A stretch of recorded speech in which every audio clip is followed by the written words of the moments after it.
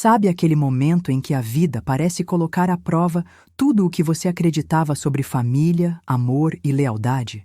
No dia mais doloroso da minha vida, quando eu me despedia do homem com quem compartilhei mais de 3 décadas, o nosso único filho me deu as costas.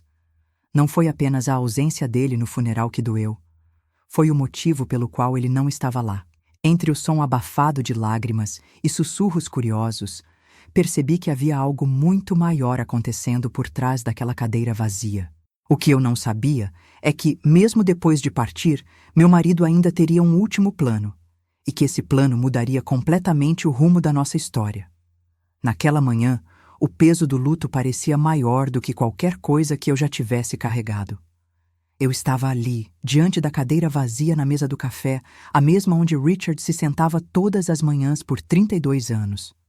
O silêncio da casa era quase ensurdecedor, mas o que mais machucava não era apenas a ausência dele, era saber que naquele dia tão importante, nosso filho não estaria ao meu lado para enfrentar aquela despedida.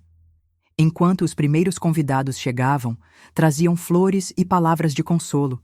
Uma pergunta se repetia como um eco incômodo. "Cadê o Nathan?" Eu respondia sempre com a mesma frase, ensaiada como um escudo. "Ele está processando o luto em particular." O que eu não dizia é que esse luto incluía champanhe, música alta e um iate em Miami, celebrando o aniversário da namorada. A cada vez que repetia a resposta, sentia uma mistura de vergonha pública e traição emocional. As pessoas que entravam pela porta conheciam Nathan desde pequeno. Alguns lembravam dele engatinhando pelos corredores, outros correndo descalço no quintal. E agora, todos pareciam buscar seu rosto no meio da multidão, como se esperassem que ele surgisse de repente para honrar a memória do pai. Mas ele não viria. Essa ausência não era só física, era um abandono que se instalara muito antes daquele dia. Entre os presentes, havia figuras importantes. Colegas de trabalho de Richard, amigos de décadas, até o antigo pastor da família, que dirigira horas para estar ali. Todos olhavam ao redor, esperando ver o herdeiro, o sucessor natural dos negócios da família. Mas a imagem que eles tinham dele estava desmoronando, assim como havia desmoronado para mim nos últimos anos. Lembro-me de olhar para o quintal, já tomado por mais de 300 pessoas, e sentir um aperto no peito. Era como se a ausência de Nathan fosse uma ferida aberta, exposta diante de todos. Não havia como disfarçar que o filho que um dia foi motivo de orgulho, agora causava decepção e constrangimento. A cadeira vazia ao meu lado parecia gritar mais alto do que qualquer discurso que pudesse ser feito naquele dia. A cada abraço de condolência, eu sentia que precisava manter a compostura, como se a dignidade fosse meu último recurso de proteção. Por dentro, no entanto, eu me perguntava em que momento havíamos perdido nosso filho para a vida fácil e para pessoas que não valorizavam o que realmente importava. Não era só o luto pelo marido. Eu também estava vivendo um luto silencioso pelo filho que já não reconhecia. Enquanto o pastor falava sobre legado e família, o contraste entre as palavras e a realidade se tornava quase insuportável.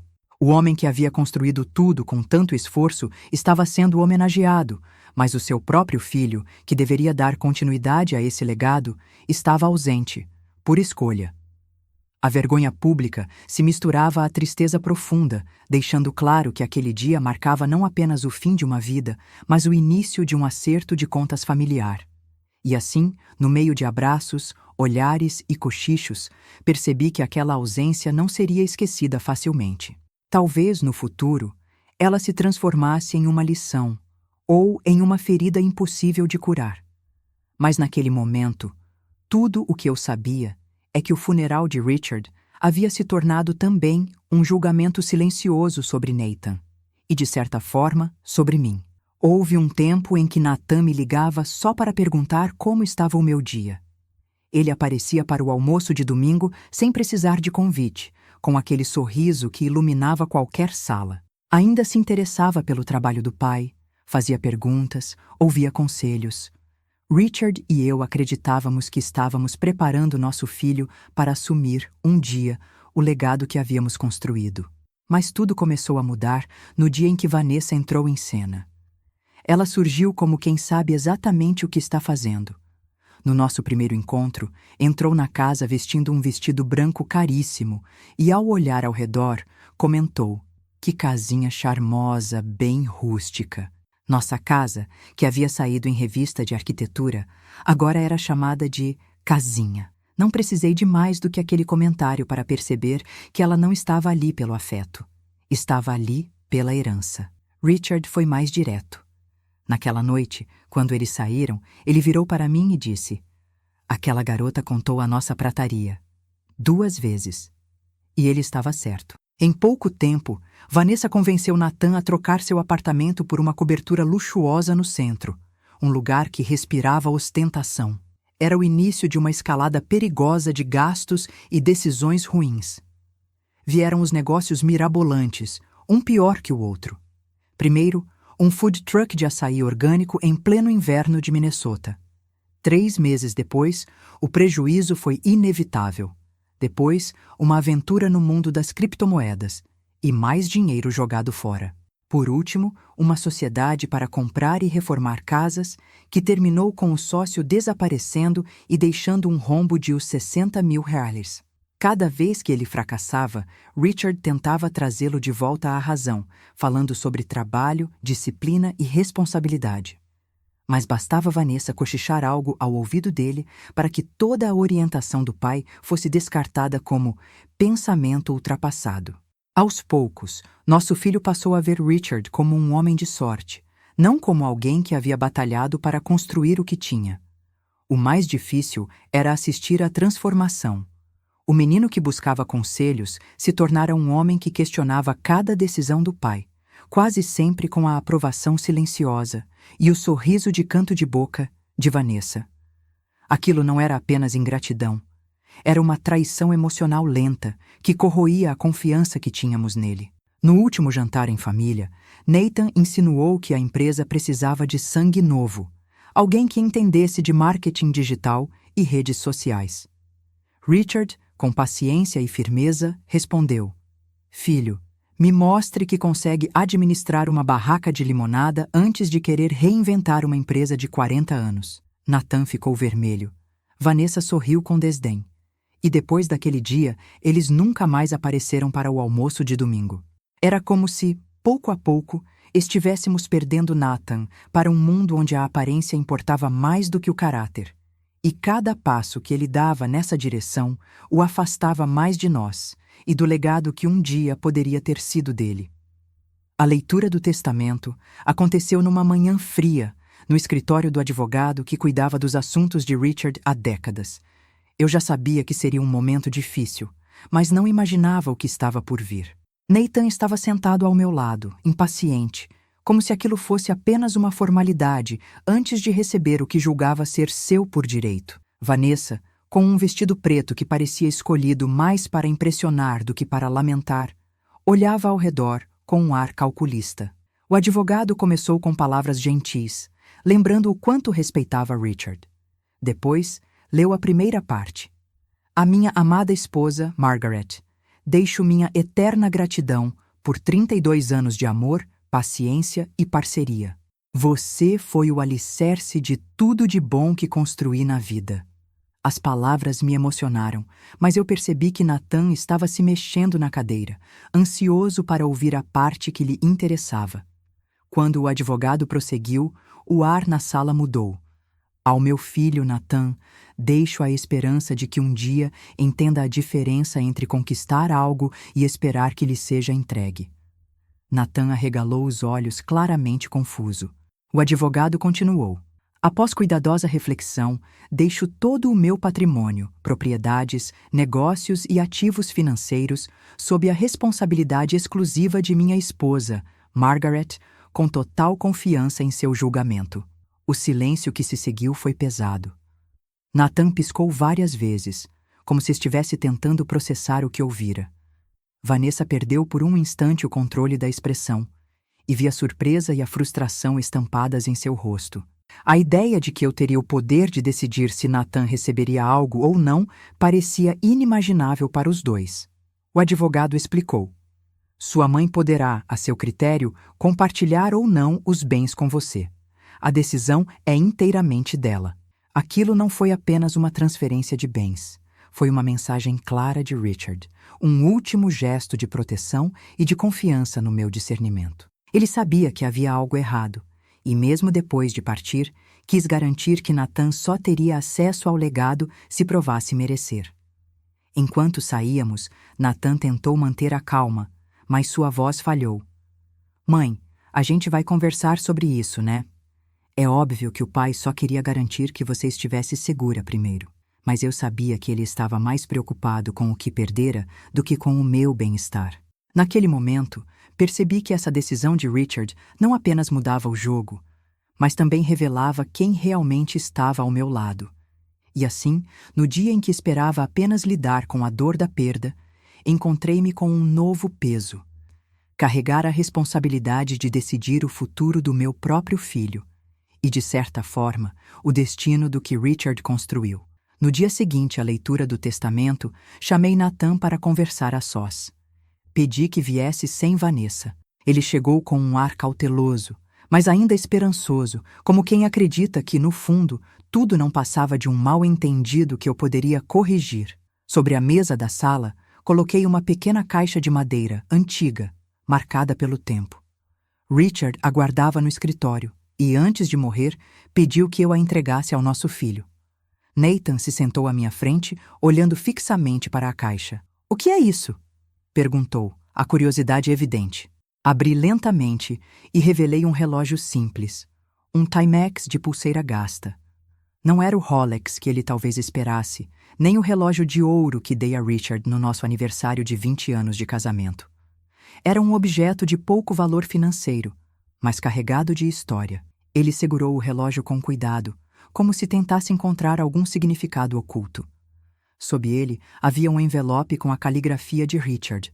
Pedi que lesse em voz alta. "Filho, este relógio representa a fase da minha vida em que eu tinha apenas duas coisas: tempo e disposição para trabalhar duro. Foi com ele no pulso que construí tudo, sem herança, sem atalhos, apenas esforço e determinação. Espero que um dia entenda que isso vale mais do que qualquer quantia em dinheiro." Nathan ficou em silêncio por alguns segundos, talvez esperando que eu completasse com uma promessa ou um cheque, mas eu apenas disse: "Este é o seu presente, Nathan. É o que seu pai deixou para você de forma incondicional. O resto dependerá do que você fizer daqui para frente." Vi a esperança desaparecer dos olhos dele como uma vela se apagando. Ele tentou argumentar, dizendo que estava arrependido, que queria mudar, que não precisava de mais lições, apenas de uma chance. Mas eu sabia que palavras sem ações não significavam nada. Entregar aquele relógio era minha forma de dizer que a vida não premia quem não se esforça e que o tempo, mais do que o dinheiro, era o verdadeiro recurso que ele precisava aprender a valorizar. Enquanto ele saía, deixando a caixa sobre a mesa, percebi que aquele gesto havia sido mais duro do que qualquer sermão. Não sei se ele compreenderia naquele momento, mas o que Richard e eu queríamos era plantar uma semente. Uma lição que talvez germinasse. Ou não. O relógio ficou comigo naquela noite, repousando sobre o aparador da sala. Eu o olhava e lembrava de cada batalha que Richard enfrentou com ele no pulso. E me perguntava se um dia Nathan estaria pronto para fazer o mesmo. A conversa com Nathan, após ele receber o relógio, rapidamente deixou de ser calma. Ele se levantou, os olhos brilhando de raiva, e disse que aquilo era uma humilhação. "Você está me tratando como se eu fosse um estranho", acusou.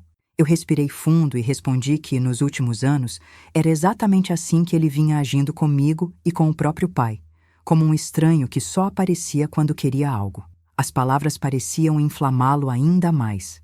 Ele disse que eu estava sendo injusta, que não podia apagar todo o nosso vínculo por causa de erros, mas eu sabia que não eram erros comuns. Eram escolhas repetidas, sempre movidas por interesse financeiro e por uma vida fácil, e quase sempre incentivadas por Vanessa, cuja presença constante já havia deixado claro quais eram suas verdadeiras intenções.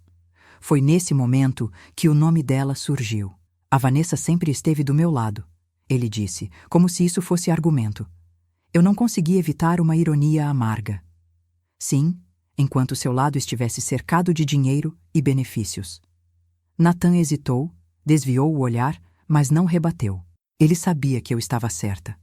O silêncio que se seguiu foi carregado de uma tensão que parecia encher todo o ambiente. Então, ele soltou a frase que selou aquele momento. Se é assim que vai ser, talvez você devesse se preparar para ficar sozinha. Foi como receber um golpe direto no peito. Não porque eu acreditasse que ele me deixaria sem apoio na velhice, mas porque percebi que, no fundo, ele já havia me deixado há muito tempo. Emocionalmente. Ele saiu batendo a porta, e o som ecoou pela casa, como um aviso de ruptura definitiva. Não houve abraço, não houve reconciliação.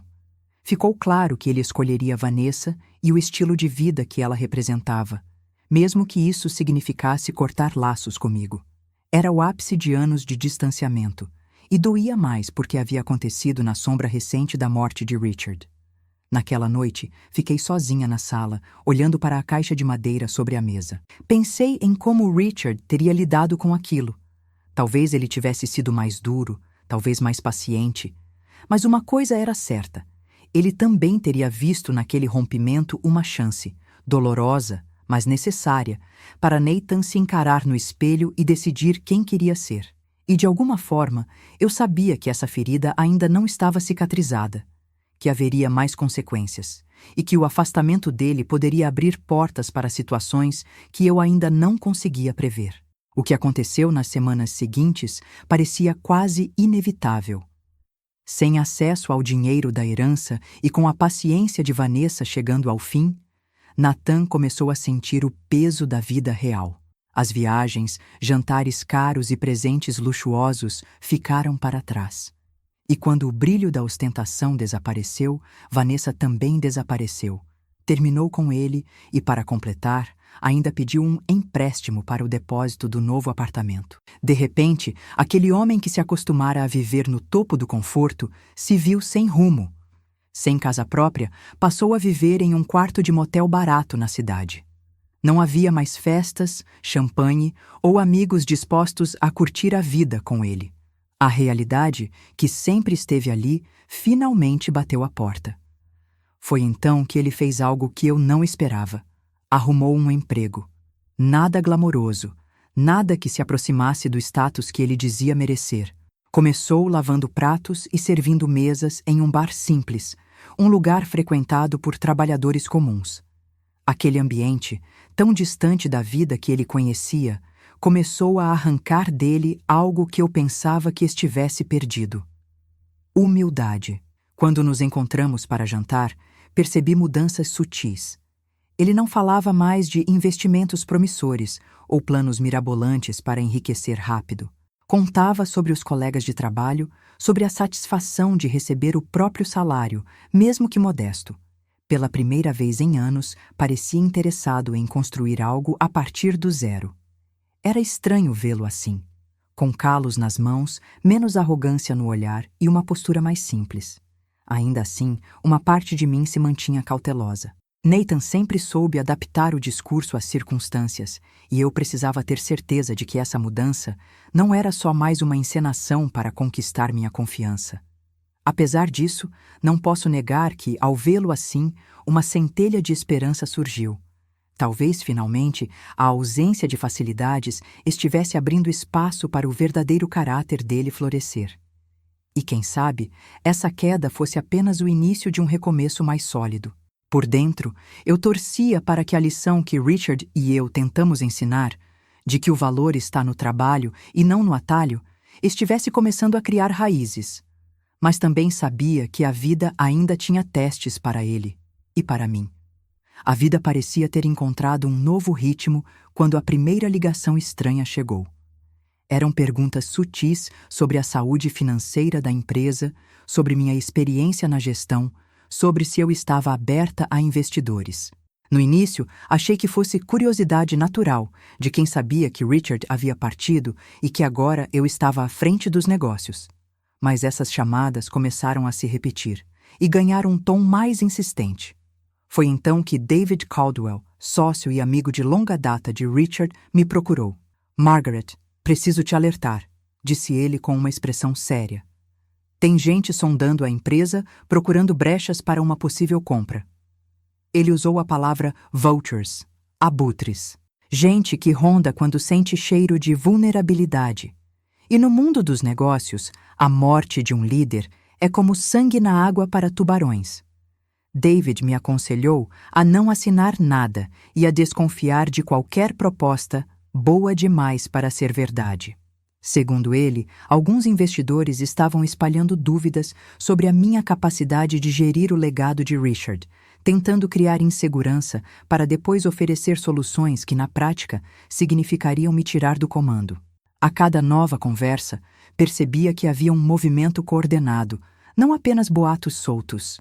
Jantares, convites para reuniões informais, pessoas se apresentando como amigos de Richard, querendo ajudar, todos com o mesmo discurso sutil, que eu estava sobrecarregada e que a empresa precisava de liderança experiente. Nathan, ao ouvir sobre isso num de nossos jantares, surpreendeu-me com a reação. "Mãe, não confia em ninguém que chegue com promessas rápidas", disse com uma seriedade que eu não estava acostumada a ver nele. Ele sabia, como poucos, como funciona a sedução de uma proposta fácil e como ela sempre cobra seu preço. Mesmo assim, eu me sentia pressionada. As tentativas eram frequentes, disfarçadas de preocupação. Por trás de cada sorriso e cada aperto de mão, havia a intenção de se aproveitar do meu luto e da minha suposta fragilidade. A sensação era de estar vivendo cercada por pessoas que mediam cada palavra, não para me consolar, mas para medir o tamanho da oportunidade de me tirar algo. E foi nesse clima de tensão que percebi. A luta para proteger o legado de Richard não seria apenas contra desconhecidos. Eu teria que enfrentar adversários mais próximos do que eu imaginava. As investidas externas já eram preocupantes, mas nada me preparou para o golpe que estava prestes a receber. Numa tarde, Nathan voltou de um encontro com Tom Morrison, um dos interessados em comprar a empresa, com um olhar que eu não via nele desde criança, grave, preocupado. "Mãe, precisamos conversar, e você não vai gostar do que eu tenho para dizer." Ele contou que, ao chegar para se encontrar com Tom, encontrou outra pessoa na sala, David Caldwell. Sim, o mesmo David que vinha se apresentando como meu protetor. Eles estavam discutindo abertamente sobre finalizar a aquisição e sobre como garantir que eu não resistisse ao processo. Era como se meu destino já estivesse decidido. E por alguém em quem eu confiava cegamente. No início, minha reação foi de descrença. David era amigo de Richard há anos, esteve ao nosso lado em momentos importantes, ajudou a construir a empresa. Mas conforme Nathan me explicou, tudo fazia sentido. Quem tinha acesso a todos os dados internos? Quem sabia dos meus medos e inseguranças? Quem vinha reforçando repetidamente a ideia de que eu precisava de ajuda para comandar a empresa? Era um plano maquiavélico, criar em mim a sensação de fragilidade, apresentar ameaças externas e, em seguida, oferecer-se como a solução, controlando a empresa sem precisar de um golpe direto. Era a famosa história de colocar o lobo para proteger o galinheiro. A revelação mexeu comigo de um jeito profundo. Eu me sentia traída não apenas como empresária, mas como ser humano. Perceber que alguém que frequentou minha casa, que partilhou da nossa mesa, estava planejando se aproveitar do meu momento mais vulnerável. Isso doía mais do que qualquer proposta indecente de um estranho. Nathan, pela primeira vez, falou com firmeza. "Mãe, se a gente não agir agora, vamos perder tudo. Eu posso fingir que estou do lado deles, ganhar a confiança e descobrir até onde esse plano vai." Era arriscado, mas fazia sentido. Para desmascarar uma conspiração, precisávamos deixar que os conspiradores se sentissem seguros. Foi naquele momento que percebi. A batalha pelo legado de Richard não era mais apenas minha. Pela primeira vez em muito tempo, Nathan estava ao meu lado, não por interesse, mas para proteger algo maior que nós dois. O plano foi simples, mas precisava ser executado com precisão. Nathan continuaria se encontrando com Tom Morrison, fingindo ressentimento pela herança e insinuando que poderia me convencer a vender a empresa. Enquanto isso, eu ficaria em silêncio, agindo como se não desconfiasse de nada. Quanto mais eles acreditassem que eu estava fragilizada, mais confiantes ficariam para se expor. Depois de algumas semanas, chegou o momento de agir. David me ligou dizendo que tinha uma proposta final para me apresentar. Concordei em ir até o escritório dele, mas deixei claro que queria conhecer todos os investidores envolvidos. Era a desculpa perfeita para ter todos no mesmo lugar. O encontro foi marcado para o início da noite, quando o prédio estaria mais vazio. Quando cheguei, encontrei David, Tom e 2 homens que não conhecia. As apresentações foram rápidas e logo começaram a falar sobre garantir o futuro da empresa e me aliviar do peso da gestão. Em outras palavras, queriam tirar de mim o controle que Richard me confiou. Foi aí que coloquei meu celular sobre a mesa, com o aplicativo de gravação claramente ativo. A reação foi imediata. David tentou manter a postura, mas vi o desconforto nos olhos dele. Continuei com voz firme. Quero que saibam que esta conversa está sendo registrada. E que qualquer tentativa de tirar de mim a empresa será tratada como o que é, uma conspiração para fraudar uma viúva. O silêncio que se seguiu foi mais revelador do que qualquer confissão. Levantei-me, peguei minha bolsa e, antes de sair, olhei para cada um deles. Meu marido me confiou este legado porque sabia que eu protegeria o que ele construiu. E é exatamente isso que eu vou fazer. Saí do escritório com o coração acelerado, mas com a certeza de que tínhamos as provas necessárias para barrar qualquer investida futura. Nos dias seguintes, meus advogados entraram em ação. Documentaram tudo, notificaram oficialmente os envolvidos e iniciaram medidas para blindar a empresa contra aquisições não autorizadas. A sensação era de alívio, mas também de vitória silenciosa, não apenas por mim, mas pela memória de Richard. O mais surpreendente foi ver Nathan nesse processo. Ele não apenas cumpriu sua parte no plano, como demonstrou maturidade e comprometimento. Pela primeira vez em anos, pude olhar para ele e enxergar traços claros do homem que Richard e eu sempre acreditamos que ele poderia se tornar. Poucas semanas depois do desmascaramento, Nathan veio me visitar com um brilho diferente nos olhos.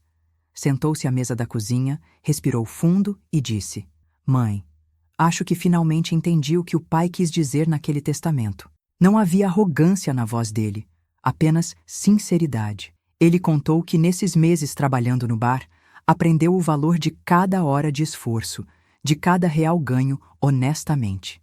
Então me revelou algo inesperado. David, pressionado pelas despesas com advogados e pelo desgaste da imagem, havia-lhe oferecido vender sua parte da empresa por um valor muito abaixo do mercado. Nathan disse que respondeu com calma: "Preciso falar com a minha sócia." Ao ouvir a palavra sócia, percebi que ele se referia a mim, e isso, por si só, já foi um presente. Lembrei da carta de Richard, na qual ele dizia confiar no meu julgamento para decidir se Nathan mereceria uma segunda chance. E naquele momento, olhando para meu filho, percebi que talvez essa hora tivesse chegado. "Vamos comprar a parte dele", respondi, sentindo uma satisfação silenciosa em proteger a empresa e, ao mesmo tempo, dar a Nathan a oportunidade de provar seu valor. O processo foi rápido. Em pouco tempo, David estava fora do quadro societário e Nathan oficialmente se tornava sócio júnior. Não era um título decorativo. Ele teria responsabilidades reais, metas e prazos. E, para minha surpresa, ele abraçou tudo isso com disciplina. Passou a chegar cedo, ouvir os funcionários mais antigos e buscar aprender cada detalhe do negócio. 3 meses depois, percebi que ele já havia conquistado o respeito de parte da equipe. Não por ser o filho do dono, mas por estar presente, disposto a ouvir e a ajudar. Era como se o relógio que lhe entreguei tivesse finalmente começado a marcar o tempo certo, o da paciência, do trabalho e da construção. Claro, eu sabia que o caminho ainda seria longo. Confiança não se reconstrói da noite para o dia. Mas ver Nathan trabalhando lado a lado comigo, protegendo o legado de Richard, foi uma das maiores recompensas que a vida poderia me dar. E no fim, percebi que essa história não era apenas sobre herança ou sobre negócios. Era sobre reconhecer quem realmente está disposto a lutar ao seu lado, sobre entender que justiça e redenção podem andar juntas, e, principalmente, sobre saber que a verdadeira riqueza não está no que se recebe, mas no que se aprende. Histórias como a minha nos lembram que, no fim, o que realmente fica não são bens ou cifras, é o que construímos com nossas escolhas e as pessoas que decidem permanecer conosco mesmo quando tudo se complica. Às vezes, proteger o que amamos exige firmeza. Outras vezes, exige dar uma segunda chance. E reconhecer qual é o momento certo para cada coisa é uma arte que só o tempo ensina. Agora eu pergunto a você: quantas vezes na sua vida foi preciso fechar uma porta para que outra se abrisse de forma mais segura? Será que hoje não é o dia de olhar para quem está ao seu lado e avaliar quem realmente merece sua confiança? Talvez seja a hora de proteger o que é seu, não apenas com paredes e trancas, mas com decisões firmes e corajosas. Pense também nas segundas chances. Há pessoas que, quando caem, levantam diferentes, mais fortes, mais conscientes. Mas também há aquelas que, mesmo com todas as oportunidades, repetem os mesmos erros. Saber distinguir uma da outra pode salvar não apenas seu patrimônio, mas também sua paz. Se essa história tocou seu coração, se trouxe reflexões ou lembrou de algo que você já viveu, compartilhe nos comentários. Quero ouvir a sua experiência, porque histórias assim nos unem e nos fortalecem. E não se esqueça, inscreva-se no canal, ative as notificações e acompanhe cada novo vídeo. Aqui, cada história é um convite para pensar, sentir e, quem sabe, transformar sua própria vida.